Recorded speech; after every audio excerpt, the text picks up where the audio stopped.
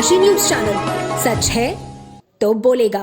वाराणसी के रामकटोरा तिराहे पर स्थित भारतीय जीवन बीमा कार्यालय के सामने all India life insurance agents association ने एक मानव श्रृंखला बनाकर अपना विरोध प्रकट किया। इस प्रदर्शन का उद्देश्य पॉलिसी धारकों के हितों के खिलाफ किए गए संस्था परिवर्तन के खिलाफ था। राष्ट्रीय अध्यक्ष SL ठाकुर ने कहा कि ये जो बदलाव किए गए हैं वह एजेंट्स के हितों के खिलाफ है और इन्हें हम कभी स्वीकार नहीं करेंगे। उन्होंने ये भी आरोप लगाया कि प्रबंधन तंत्र संतों और एजेंट्स की आवाज को दबाना चाहता है, लेकिन हम इसका विरोध करेंगे और इसे लड़कर जीतेंगे। प्रदर्शन में प्रमुख रूप से अब्दुल जफर, राजकुमार वर्मा, समीर, अजय शुक्ला और रमाकांत त्रिपाठी सहित दर्जनों लोग शामिल हुए।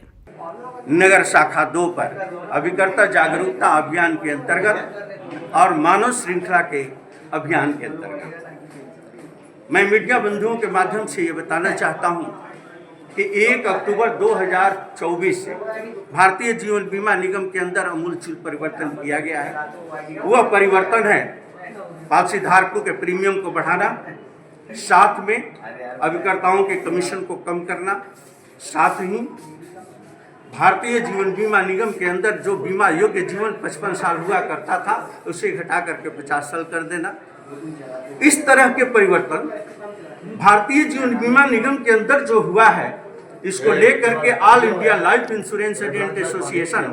पूरी तरह से आंदोलन के रास्ते पर समस्त घटनाक्रम की पूरी जानकारी कार्यकारी अधिकारी एवं प्रबंध निदेशक महोदय तक समय समय पर हम लोगों ने दिया और सूचना देते हुए देश के माननीय प्रधानमंत्री महोदय तक, वित्त मंत्री महोदय तक हर जगह अपनी वेदना को पहुंचाते हुए आंदोलन के रास्ते पर हैं और ये आंदोलन